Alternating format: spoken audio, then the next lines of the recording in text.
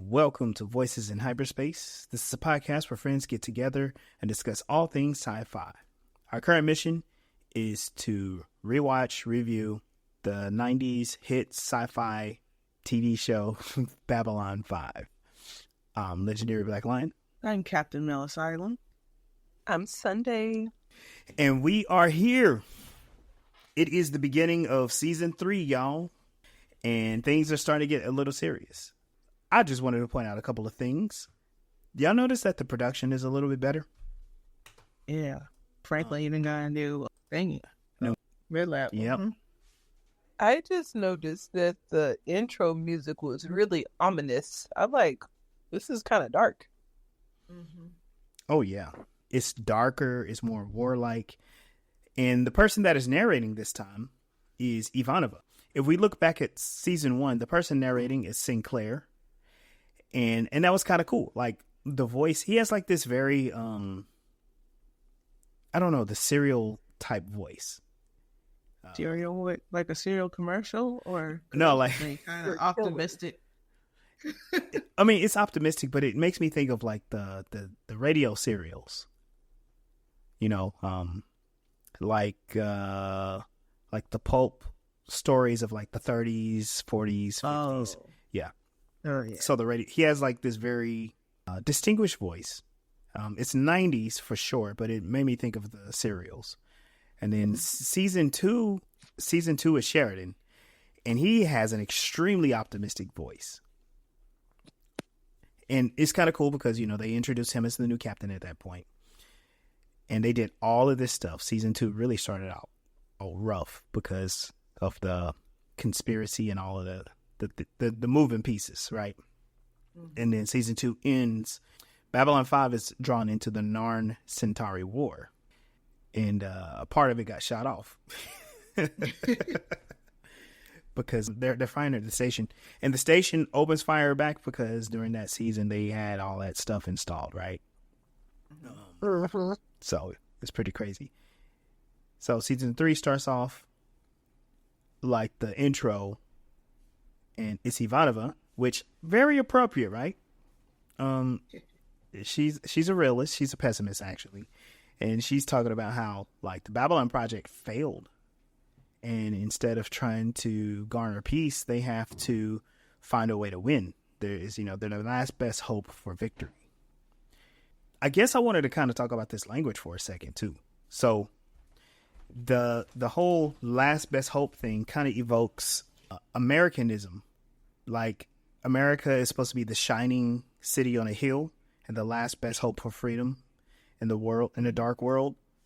And I think J. Michael Straczynski used that on purpose to make people have that kind of a shortcut as to what Babylon 5 is supposed to be.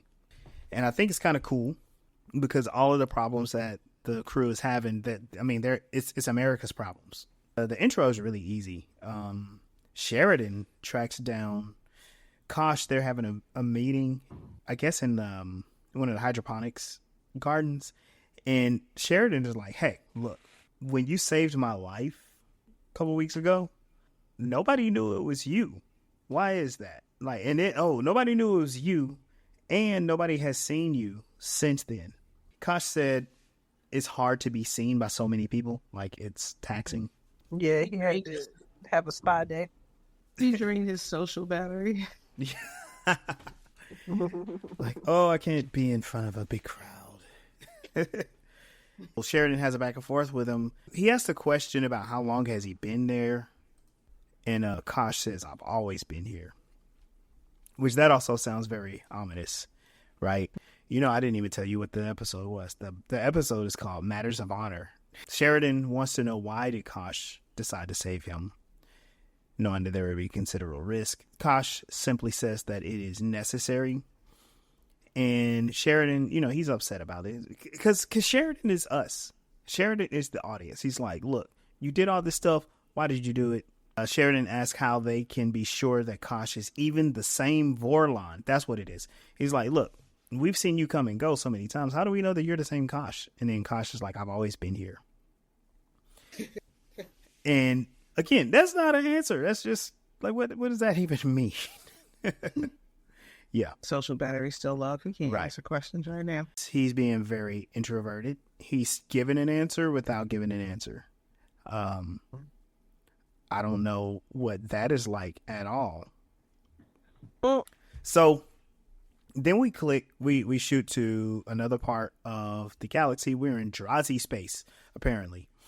And there's a ship that is being fired on, and they're like struggling with these defense drones. And it turns out that the Drazi pilot is like, okay, we're as far as we can go, you gotta go. And there is a mysterious man. And I'm gonna just throw it out there. This man is like, what's the word? Unusually attractive. You know what I mean? I was like, this is a cyberpunk Sir Lancelot. Oh yeah, absolutely.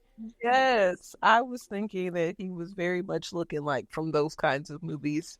Like he's hunting a dragon. Yeah, like they gave him the long hair, they gave him the full goatee, like full like tailored beard. He has an English accent. I don't know. He has this very 90s style of acting. Like he does emote, but it doesn't seem genuine. It seems theatrical. You know what I mean? I think that's what I'm trying to say. The way he emotes is very theatrical. And see, too serious to Yeah. be taken seriously. Basically, he is on another ship that's piggybacking on the Drazi ship, and they shoot him off into the jump point, and the Drazi pilot sacrifices himself for this other guy, and this is our mysterious person for the most part. And he jumps through, and he's all, super sad that his friend got blown up. and then we go to our new intro for Babylon 5 with Ivanova's golden voice telling us how the universe is being destroyed. And when we come back, I know I skipped this part, but as I was talking about how the station was in the skirmish and part of that fight in the last season, this season they open up and the station is being repaired, and that little like sharp point is put back onto the station. So they're undergoing all these repairs, and they're they putting those dock workers to good use and maintenance and all of that stuff. So like all the damage that happened before has been fixed, but this is to show off the newer graphics of the station. It doesn't look so video game-ish like it did the last couple of seasons. So this is what we learned. The stranger who's in that ship, he asks the computer a question, which I don't like. Why does a computer sound like a quagmire to me? It sounds terrible. He finds out, how long it takes to get to Babylon 5, and he's like, all right, turn off all life support power, put it in the engines. And I'm like, okay, he desperately wants to get to the station. And I guess he doesn't care that he's going to lose a lot of oxygen and heat. Pass out on the way is okay as long as I make it. I don't need to make it there safe. I just need to make it. Like, he doesn't know the track record of the station where people just show up dead to the station. So, like, whole ships of people. Anyway. In the meantime, Sheridan is talking about how he hates these last-minute VIP arrivals. They are having a guest, and they don't know exactly why. Ivanova is there. And Sheridan, he shares that, and Ivanova says something, and Sheridan's like, are you trying to cheer me up? And she's like, no, I would never do that. He's like, good. I hate being cheered up. It's so depressing. And Ivanova quips, and she just starts saying the most depressing stuff to him, like, oh, we're all going to die. The universe is meaningless. Something like that. She starts saying Ivanova stuff. Yeah. Like, she talks anyway. Yeah.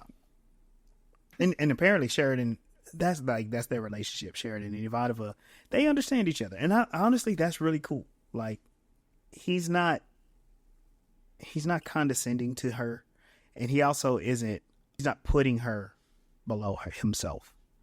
And pretty much this special VIP, this is David and Dowie from Earth. The actor is Tucker Smallwood, who is an African actor. He only shows up on this episode, but he's been in Star Trek Voyager and Star Trek Enterprise. Yeah, he looked really familiar. Yeah. He's gotten around a little bit. I'm afraid to look up if he's still alive. I'm going to leave that alone. We see that the crew greets David Indawi. He's our special Earth intelligence. We also learn that MedLab got some new digs. Dr. Franklin moved his med lab around, which it makes sense because they were treating the refugees from the Narn Centauri War. But also I think what happened is they got a bigger budget and they got a bigger stage. So they were like, let's put some more stuff in here. And of course, it's Garibaldi who's making a point about it. He's like, hey, I like the new digs. And I'm like, Garibaldi. What can I say? I don't know. Yeah, it's Garibaldi. He's going to say something stupid. Yeah. And this is where they kind of fill it in, like, oh, the mystery person showed up, no life support, he's passed out. What are you gonna do? And it's like, oh, no big deal. I need to get all of this stuff taken care of. He's not going anywhere. He's dehydrated. He's unconscious. Franklin turns around. Dude's bed is just empty. Got up, gone. Gotta go right now. And I'm wondering, like, now, because I know who that is. His name is Marcus. I'm like, does he have, like, some sort of special Minbari technique to, like, slow his heart down and all that stuff? I don't know. Oh, yeah. Some spy tech. Some spy tech or some 90s martial arts mysticism. Because, martial arts masters can hold their breath for 10 minutes and they can stop their hearts. And they can look dead. Is that what you be doing when you go to the hospital, babe? No, I'm just fit. We switch over to Londo, and he is trying to end his friendship with Morden. And I thought this was pretty funny. He's like, hey, Morden, I'm glad you're here. We're done. Like, it's not me. Not your friend anymore. We got to do it like a real breakup. It's not you. It's me. But I also don't need you anymore. And Morden is confused. Like, what do you mean you don't need us? It's like, look. And again, language. The language that I thought was really important. Londo says, my people have a manifest destiny. And we can achieve it. We can achieve it without your friends. We might even be able to do it better. I'm like, what the heck kind of language is this? He's scared, and he's trying not to seem scared. He's trying to get rid of the thing. He thinks he's just going to get rid of his fears. He thinks he's going to get rid of his fears, and he uses this language. He's trying to say that the Empire is going to be great on its own. He's trying to make Centauri great again, and he doesn't need those shadow people. So he's kind of deluding himself because we remember the Centauri really don't have the appetite for a prolonged war. They want to do it real fast. If they can't do it real fast, they ain't gonna do it. They want to deploy, but they don't want to do the work. Exactly. They're entitled. They're imperialists. Of course, they don't want to do none of the work. Get somebody else to do it. And after they got somebody else to do it, throw them away. Yep. He tells them we have danced our last dance. Oh, he is really making them sound like a bimbo. Like you know what I mean? Like we had our fun, but we're done. Isn't that their culture though? Absolutely. Yeah. Oh yeah. And Morden's like, okay, cool. Let me talk to my folks, and then we'll meet privately in your quarters to talk about this later. I'm like, gonna get this man by himself. They're gonna have a breakup meeting. I thought he was gonna kill him. I was hoping that he did. Like, I want them to, like, turn on those smooth head motherfuckers and kill all of them. In the meantime, Indawi is explaining to Sheridan and the crew, like, what his investigation is. He's like, look, you see this video? I know it aired on ISN a few weeks ago, but we pulled it as soon as we could. Now we're pretending that we know what's going on, to keep the public kind of fooled about it. But here's the thing: we don't really know what this is, and we was kind of wondering if you did. Sheridan was explaining how the footage is from Lieutenant Kiefer's fighter, and that he was killed for it. And this I thought was kind of cool because they're trying to shape it as like a threat to Earth or to the military. And then Dowie is like, yeah, we got to get to the bottom of this. And he's like, the reason I wanted to ask y'all is like, have any of you seen this before? And Delenn, she was asked if like her species has any information, and she's like, we don't. This is the first time I've seen anything like this before. Lying straight through her teeth. As she does. Yeah. I'm not technically lying. Like, whether I've known about it versus actually seen it are two different things. Yeah. Yeah, that's true. That was the purpose of the way she worded it. She was like, this is the first time I've seen it. And the funny thing is like, yeah, that's the first time she saw it, but she had known about them the entire time. Like, if we fast forward to the end of the episode, she spills all the beans to Garibaldi, who knew nothing apparently. As he never does. Right. And Sheridan does confront Delenn about it. Like, hey, how can you say that you don't know nothing about this ship? She goes like, technically, this is the first time I saw it, but yeah, we knew about this shit. But we gotta make sure that nobody knows. Otherwise, they're gonna come and blow us up. But here's the thing you need to know is these ships are almost invincible. This is the face of your enemy. And Sheridan's like, nah, son, look, me here, the Star Killer, any ship has a weakness. I can blow that shit up. Just because y'all surrendered doesn't mean that I wasn't gonna beat y'all. Right. He was like, look, I've blown up. So arrogant. Well, think about who he's talking to though. He's talking to a Minbari. He's like, y'all ships were supposed to be their ships are virtually invulnerable to human ships, and he blew one up. And they were mad about it too. They were like, how dare you blow us up? Why don't you just roll over and die? I think they were thinking too close-minded. They're like, their technology can't mess us up. But he thought around the technology. Yes. She's still not thinking, or we'll show even later, she's still not thinking around the fact that the technology is advanced. It's to find a weakness, not to find what we can do against them. Right. It's not overwhelming power and strength. It's better strategy. And that's right. I'm glad you brought that up because this episode like demonstrates that about Sheridan. And we'll get there shortly. So we get introduced to Marcus, who's the mysterious ranger. As Delenn and Lanier and them are leaving that meeting, I'm sorry. As they're leaving that meeting, Delenn gets approached by Lanier. It's like, hey, someone wants to talk to you. And she's like, look, I ain't got time for this. And he goes, no, he gave me this. And that's where he shows that pendant, which is the Ranger's pendant. And she's like, oh, shoot. Okay. All right. Let's go. I thought this part was really interesting because Londo is the first alien, the second alien person that Indawi interviews. And he's like, hey, have you ever seen this ship before? And Nando is like, oh, yeah, I've seen that exact ship before. He's like, oh, cool. Where'd you see it? It's like, in my dreams. And he explains how terrible his dreams are. And I think it's interesting because Londo has been showing a little bit of clairvoyance throughout the series, but we don't really know if he's like tripping or is this an ability of his, And it makes me wonder. Like, the Psi Corps gonna be after your ass too, my boy. Well, I mean, that's a good question. Like, is Londo kind of telepathic or something, right?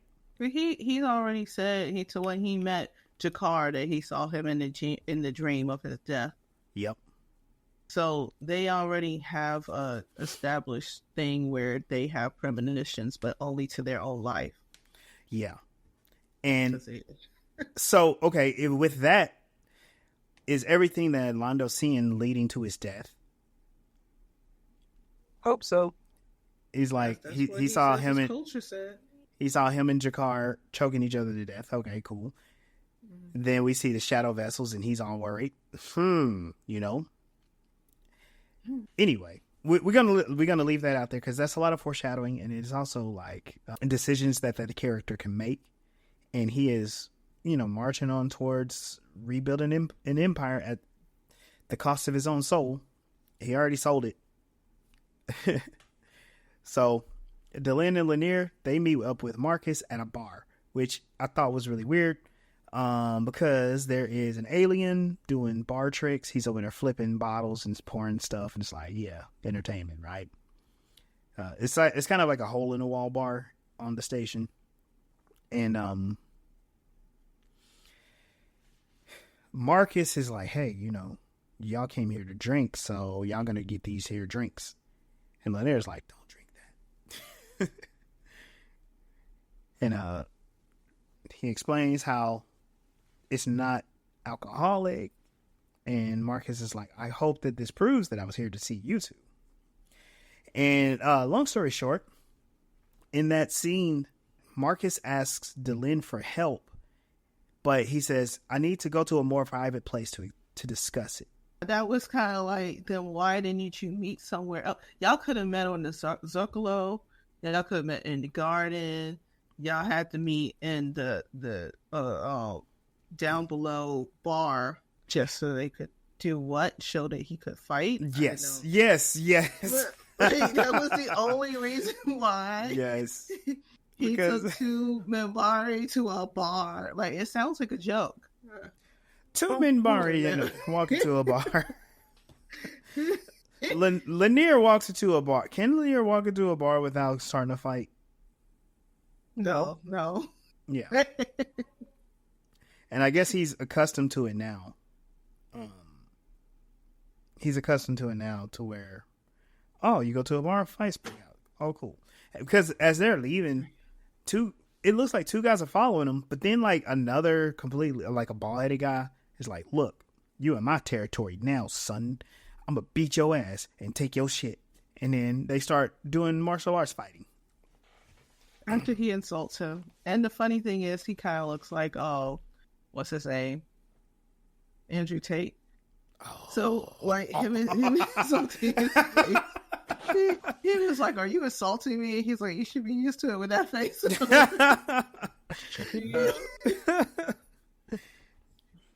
But this dude had a chin, actually. So, yeah, he had more of a chin. Yeah.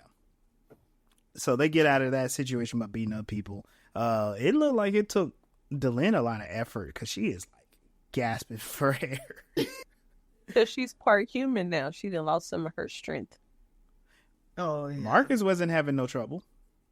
Marcus is trained. Because she's from the religious caste. She's not a fighter. Yeah, she spends 5 times a day meditating.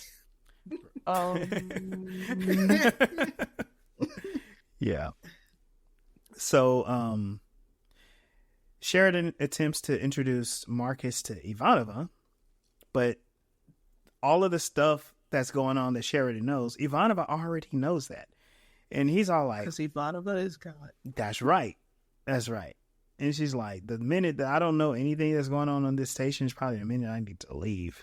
And now this is where we find out what Marcus needs. He needs help to break a blockade that the Centauri had placed on this Drazi system, Zagros 7.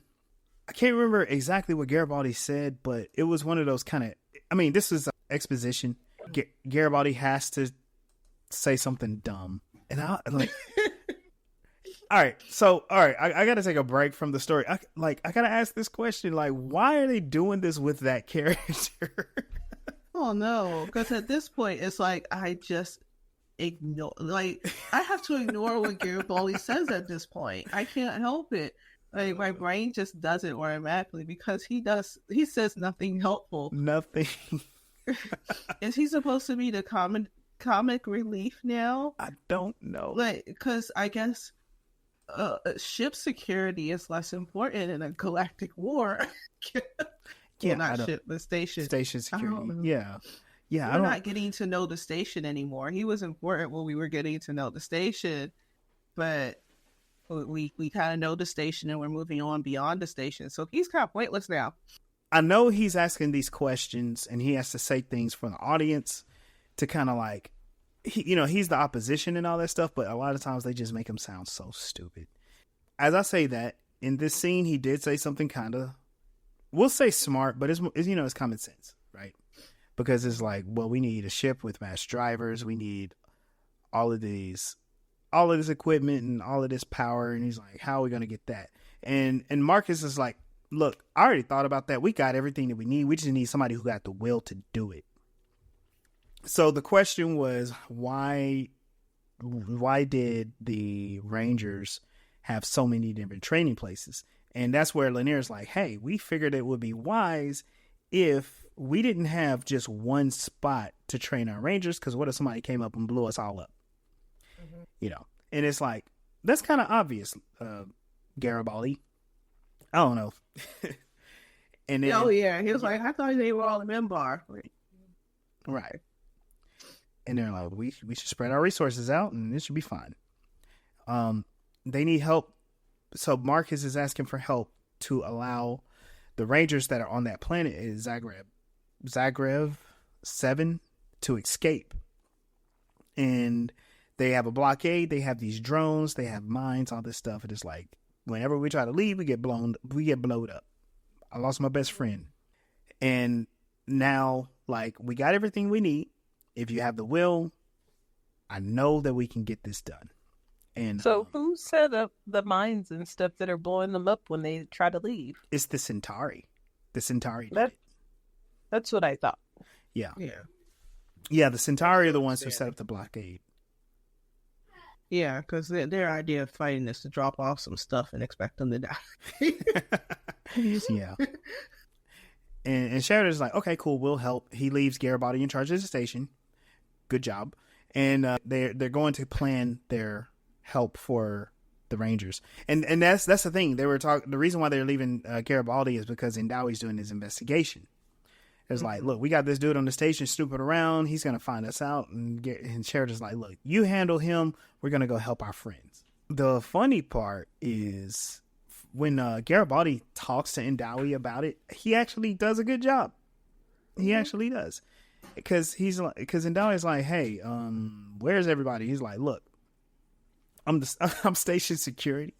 And the best way for the station to be secured is if I don't know.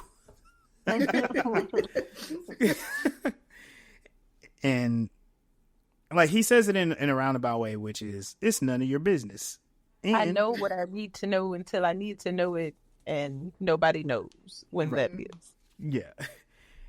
When he used to be like the one that's like, I know everybody and what everyone does in the station. Right. But it's not really you. It's Ivanova. Oh, yeah. Like, Ivanova knows your job better than you do. Yeah. Well, true. So Garibaldi handles Indawi that way, which is great. I mean, honestly, it's kind of harmless, all of that. But what they do is they put like a fake destination into the logs, and then I thought this was important because the ship that they leave in it looks very different because it's not a fighter. It's like that giant flat thing, and a Minbari flyer, which looks like a fish. I mean, they gotta make the ships look like animals for some reason. Yeah. And they couldn't use birds. Because of Star Trek. Oh yeah, that's right. All the birds Just of prey. Because of Star Trek. War birds and birds of prey and all that stuff. Yeah, that's true. We go back to Lando's place, and Morden and Lando are discussing the terms of their separation. And Morden's like, hey, look, I talked to my folks. It's all good, but this is what I need you to know. He opens up like this really cool holographic image. He's like, and it's of the galaxy. He's like, you see this? He draws like this S shape. He's like, everything on this side y'all can have. Everything on this side is ours. Just, you don't mess with us. We won't mess with you. It's going to be all good. I thought that this was rather a weak conversation for such a powerful individual. I was more afraid when Jakar was talking to that arms dealer, and I was like, oh, I really feel like he's going to put him in a hole. This guy's threat just didn't sound very serious at all. Yeah.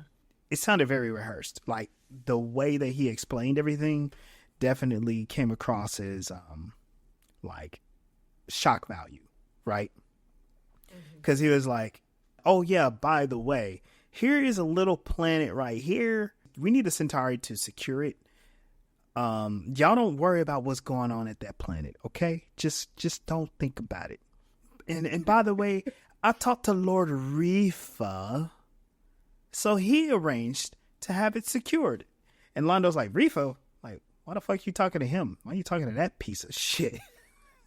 Because you don't want to be my friend anymore. You think you're the only Centauri that would work with us? The hell? Right. Like, it was a conversation between two narcissistic manipulators or sociopathic manipulators, whatever. Oh, yeah. Consenting adults. You right. And it's Zygros 7. He reiterates, like, don't go there, because if anyone goes there, they're going to have a really bad time with my friends. It's like, okay, all right, cool. And Londo, he's just not feeling good about the whole situation, because, like, remember, he's sold his soul for this. And now he's trying to get away, and it's like, I don't know if I can get away. Spoiler alert, he can't. We'll talk about it later. So the Shadows are going to Zygros 7. Sheridan and crew, they are on their special ship, and they meet at the rendezvous point. And this is where Marcus introduces Sheridan to the White Star, which I think is very ironic, because remember, Sheridan destroyed the Dark Star? Oh. Yeah. And that's why the ship, that's what happens when the ship is created by the religious cast. They have to be poetic about it. That's funny. Yeah. And he was like, it's the White Star, it's all yours. And it's like, oh shoot, I got my own ship. Why, thank you. With a crew that doesn't speak English. Right. That, yeah. Or whatever the human common language is. Because, like, in a lot of these space opera sci-fi shows, they're not really speaking English. They're speaking Galactic Common. Or there is, like, a universal translator that is getting them. Which, I'm glad that there is not a universal translator. But they're not explaining how so many different species can communicate with each other. Oh. But well, they kind of a little bit. Because most of them are learning the same language. Yeah. Like we had the situation with the Lin playing. Oh, yeah. And then Lanier was learning Japanese at one time. Hearing all the different languages that people are speaking, they got translators. We'll learn about that later. It's kind of a spoiler, but it's also a joke, and it's a 90s joke too. We'll just deal with that when that pops up.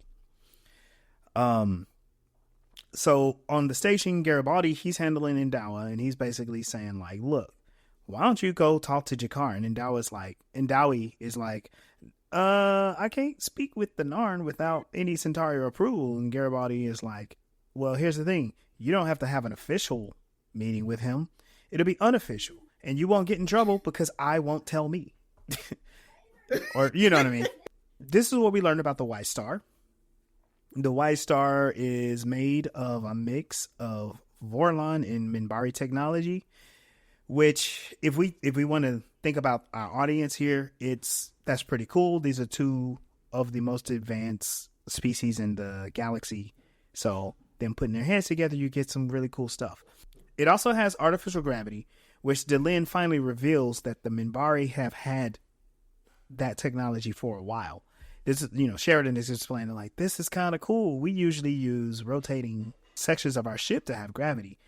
And she reveals that, and I'm just like, man, it's been over a decade and the humans don't know. Right. So it's very interesting. They have a whole crew. None of them speak English. They're all Minbari.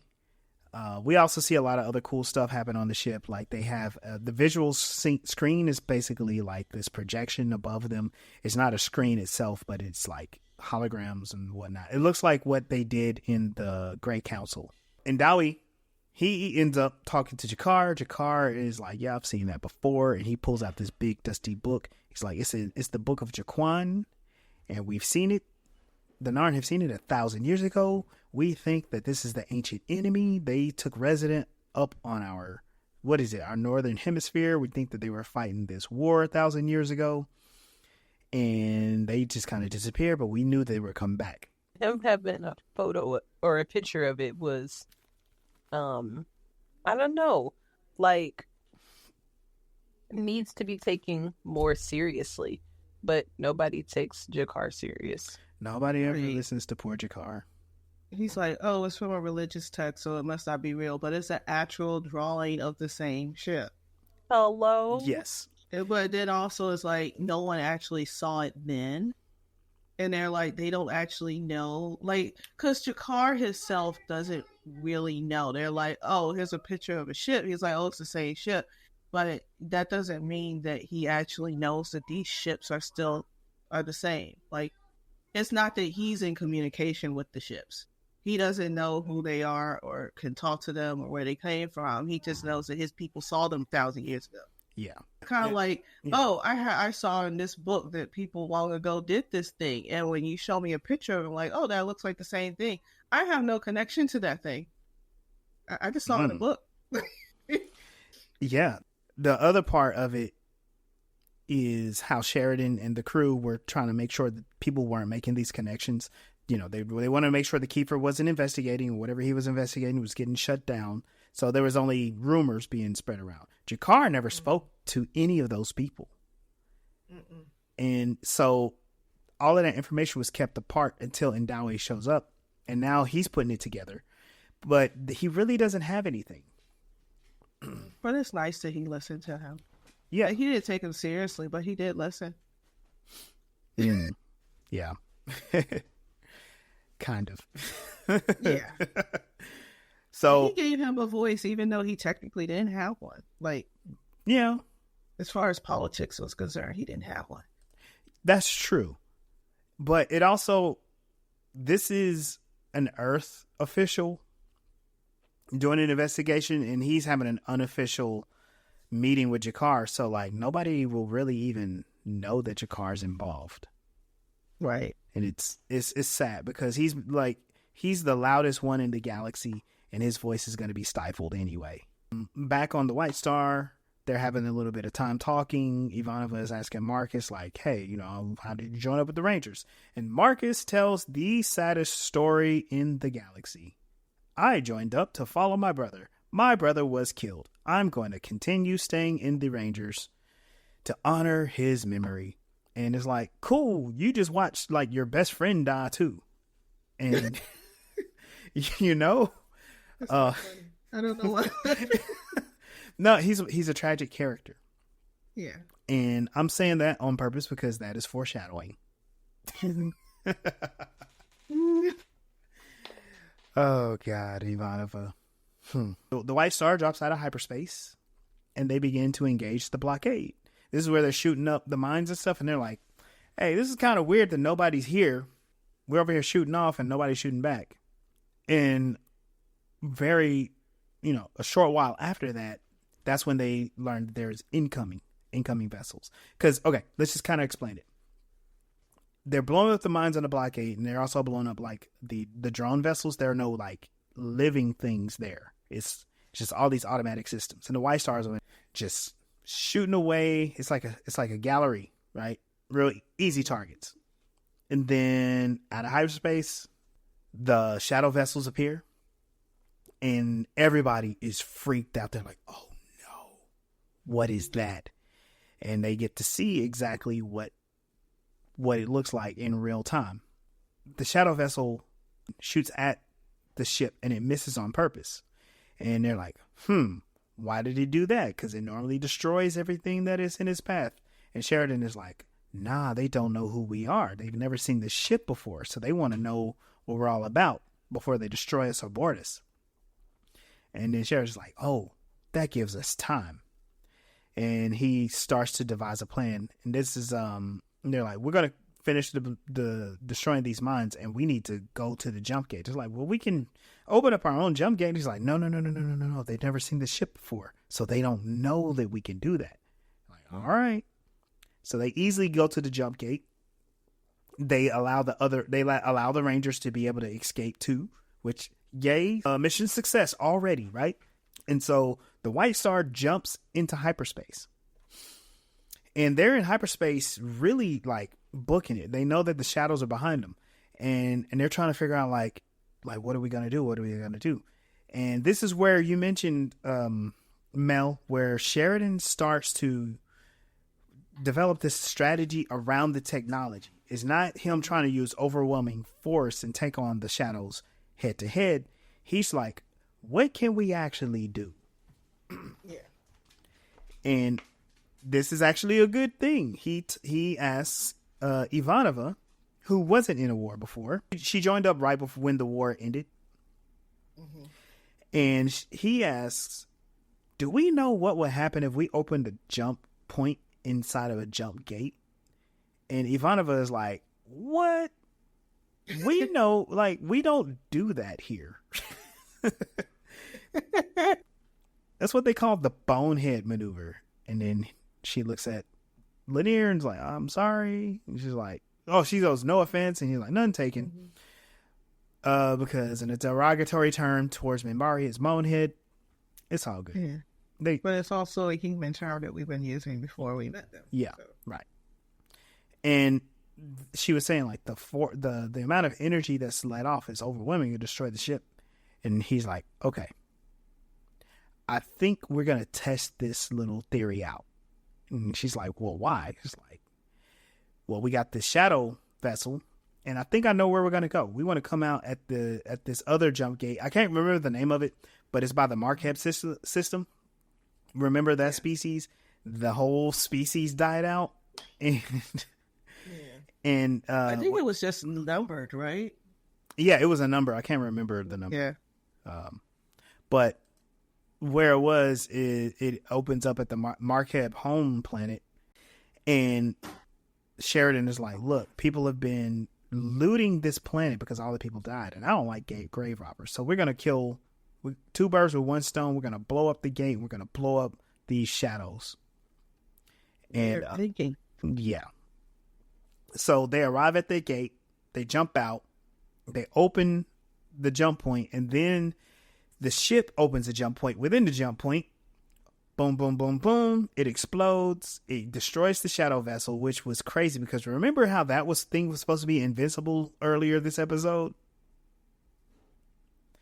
And remember how Captain John Starkiller Sheridan was like, fuck that. Every ship has a weak point.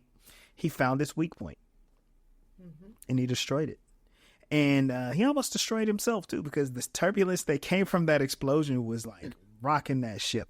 And when it finished, Lanier is like, whew, like that's crazy. And Delana's like, are you all right? That's one of those Star Trek human engineering over technology night moments. Yeah. And this is where where Lanier's like, I think we need to like update our training because when I was in Temple, it never prepared me for anything like this. Look, I wasn't prepared to almost get blown up by this weird situation. I wasn't prepared to get shot at by these shadows. I think we might need to like update our training. So, hey y'all, we're going to go out and try to save the galaxy and people are going to try to shoot back at us. That, we might, we got to be prepared for that.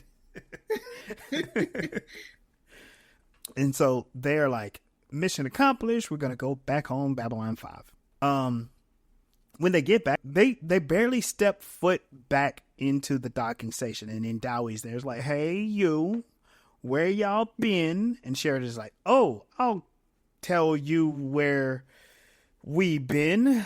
And then Dylan jumps in and is like, we were helping to tow a disabled Minbari ship to the next jump point. We did it, and we are great, and we're done. And Dowie's like, well, why did I need all of y'all? And Sheridan was saying it was a diplomatic ship, and we did not want to embarrass the Minbari. Because there's no coming back from that. Right. Exactly, yeah. And he's like, now that we're done, we are here. And you don't have to ask us no more questions. And then Dowie's like, nope, no big deal. I'm ready to go anyway. I've completed my investigation. And everybody's all like, woo, right, good thing that's over. Indawi says that he's going to give Sheridan a copy of his report. And I thought that was interesting and funny because remember, Sheridan gives reports that nobody reads. And who knows? Who knows if anybody's going to read Indawi's report? Well, we do. We know that Indawi's report is going to be read by at least two people. One, the senator that he gave it to, and two, and at least Sheridan. Because back on Earth, Indawi is meeting with the senator and a couple other people in the room, gives the report, and he's like, here's the deal. Like, nobody really knows what the ship is. The best that we got is from 1,000 years ago. I think it's just a complete mystery. And then Indawi leaves. And in walks our good friend, Mr. Morden, talking to an Earth senator. Why do you think he's talking to an Earth senator? Playing all the angles. Right. And he has that weird Psychor commercial guy in the background, too. Or, well, he wasn't in a commercial. He was on that ISN episode where he was talking about Psychor. Mm. And they're all saying, like, you know, the ship is a mystery, so we don't have to worry about that. There's no need to there's no need to rush our program. All of our plans seems to be going great. And then the Psychor guy is like, hey, seeing how things are going, we want to use this situation to speed up our program at home. You know, Psychor slowly taking over the government. And Morden is like, oh, really? What do you have in mind? In other words, like, do you need any friends? Do you need any help? What can I do for you? What do you want? The crossroads demon. Yeah, exactly. And it's basically showing us that while Londo is quote unquote done with Morden is moving to a different group of ambitious people in the galaxy. And I mean, between an Earth senator who may be championing the new totalitarian regime, you also have Psychor, who are kind of in the driver's seat there.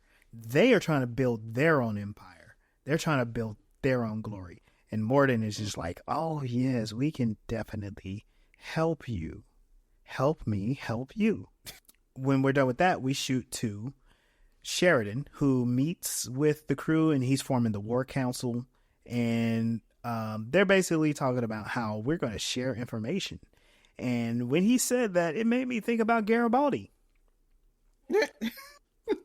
Like throughout season 2, all Sheridan kept saying is like, Garibaldi, why didn't you tell me? Garibaldi, why wasn't I informed? Garibaldi, how couldn't you tell me you knew this the whole time? And Garibaldi's like, I don't know. I didn't know it was important. I didn't think it was important. The planet we're sitting on top of to destroy the whole galaxy. Half the galaxy if it wanted to, and knows all your secrets. But I didn't think I need to tell you that. Yeah. Mm-hmm. I didn't think it was important. Now, I like what they're doing. They're trying to build up their resources. But this actually sounds like the Department of Homeland Security to me, but kind of just on the flip side. Granted, this is still about 10 years. 1995 or 2003. It's about like 7 years or 7, 8 years ahead of time. So, you know, I'm gonna leave that alone. They don't, it's a story. It's a show. That's another example of science fiction writers somewhat predicting the future outside of The Simpsons, which is not technically science fiction. But the parable of the sower that takes place in the story starts in 2024. It sounds a lot like right now, and it was written like a few decades ago. It's Octavia Butler. Like yeah, like the prices of food is up too much. Like people can't find homes. It's too expensive. Corporations are trying to take over our everyday lives. I also like how Franklin at this part plays kind of the part of the audience too. He's like, look, I know I'm stuck in med lab all the time. I know y'all got me in here in these meetings, but like, honestly, I don't know shit. So tell me exactly who are the shadows and what they doing. And this is... And he seems to know more than Garibaldi, too. Right. Right. Right. Because it was Franklin that uncovered the ambush that the Centauri had set for the Narn. And he spoke to Jakar about it. Garibaldi, I don't know if he would have found that out, but it's like he's very selective on what information he shares. Which, okay, I understand that, but a lot of times the stuff that he chooses not to share is information that people need so they don't die. So I just think it's funny. And I was saying, I know he is being written that way, but it's coming off as a little annoying right now. Like, he seems dumb, smart dumb, like like he knows stuff, but he's not telling the right people to like be able to use the stuff that he knows in an effective way. Right. It would make sense if he like didn't actually know or didn't have all the information, and it was done in a way where he couldn't have had that information. But he has the information, just like, yeah, that thing I need to tell you. Like, that makes it. Yeah. And then, so Delenn, she starts to tell the whole story. And this actually is pointing out, like, hey, the Minbari knew for a long time, and here is everything that we know. And I think that's great because we never got that moment of, like, let's lay out on the table all the cards. Here's everything that we know. And then here's what we need to do. So them forming this war council is great. So let's just kind of review. Within the war council, they have their conspiracy of light because they are opposing the totalitarian regime on Earth. 2, they have the Rangers, which they helped out. And the Rangers are starting to become more active in their shadow war. And 3, they have a war council to start sharing information. They haven't talked about how to make decisions yet, but now we got this group of people getting organized, and I think it's great because this is actually moving in a direction that's going to be culminating in something. But that takes us to the end of our episode, and just to kind of look at it and give a full on review. If I were new to this series, this episode wouldn't have done it for me. The action wasn't great, but they were moving the story along pretty well, right? Actually pretty fast. But as someone who has been watching since season 1, this would have kept me going because, like, okay, cool, we got a new season. And we're moving the story and the characters forward, but really nothing major happened other than we got a new ship and we have a character who is going to be representing the Rangers. Honestly, Marcus is replacing Kiefer. Yeah. And I think the part that he's going to be replacing, instead of being like a military guy, he's going to be a mystical martial arts guy. A mystical martial arts guy makes us for a good rogue. I mean. Yeah. There you go. And that also goes with the whole, like, we're expanding past the Babylon station, because Kiefer was a part of the station, but now the war has gone past the station. So our characters are branching out to areas outside the station. He's that character. Yeah. Because the fight was within. The fight was trying to keep everybody within peace, but now there's a galactic battle. So yeah. And I guess that's the other thing too. We're gonna be looking at what it means to fail the first goal and then attempting to fulfill the second goal. All of our characters are in places of trauma right now. Sheridan was shocked and reminded about his wife. Delenn has been rejected by the Great Council. Garibaldi got shot in the back and was betrayed by his own people. Nobody listens to Veer. Lanier is heartsick about Delenn, but he ain't saying nothing. Londo watched the destruction of a civilization and is trying his best to keep his head above water about it. Nobody listens to Jakar. And he lost his position. He lost everything. Ivanova is God, but she lost her father and she had to reveal her secret. Mm-hmm. Franklin watched a whole species die. plus a good friend of his. So we're all of our characters had some major losses, And then the big loss is like the purpose for the station is no more. We got to get ready for war. So anything can happen at this point. If someone was new to it, it wouldn't have grabbed them too much.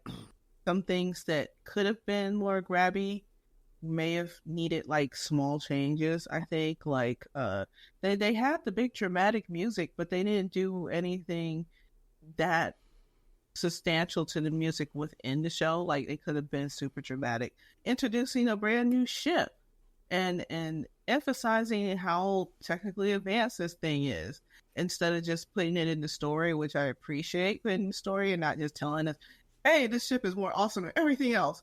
Like, but to back it up with the cinematography and the music is something that they did really well in season 1 and 2, especially 2. But they didn't do it at all this one. It is making a seamless transition. If you hadn't have told me that it was season 3, episode 1, it would have just felt like a very smooth continuation from the previous season. Seeing as how we have streaming now, it's lovely to be able to make that transition. I know that before everything kind of came together, like from season 1 to season 2, it was like, there's so much going on and I don't really know what's happening really that much. But now it's just like everything has synced in. It feels like a very settled show. All of the development of the characters is good. It's good. I'm really enjoying Babylon 5. Yeah, I think seamless is a really good way of explaining that. It maintains that quality that was established middle of season 2, and actually they're adding to it. I honestly think that season 3 is peak for the series. Like season 3 and season 4, the Shadow War is really, really good, and we're going to see some amazing things. So let's kind of buckle up tight, hang in there, because we got a little bit of a roller coaster ride ahead of us. Can't wait. Yeah. So that's what we got for this episode. We'd like to thank you all for joining us for this edition of Voices in Hyperspace. You can catch us on all the streaming services, and you can like, share, and follow us on YouTube. Make sure to catch up with our Instagram, our TikTok, and our Facebook. I am Legendary Black Lion. Follow me on Instagram. Captain Mel Asylum. You can find me at melsrebellion.com. Hey y'all, this is Sunday, and you can find me at a poker table. And we'll see you out there. Bye.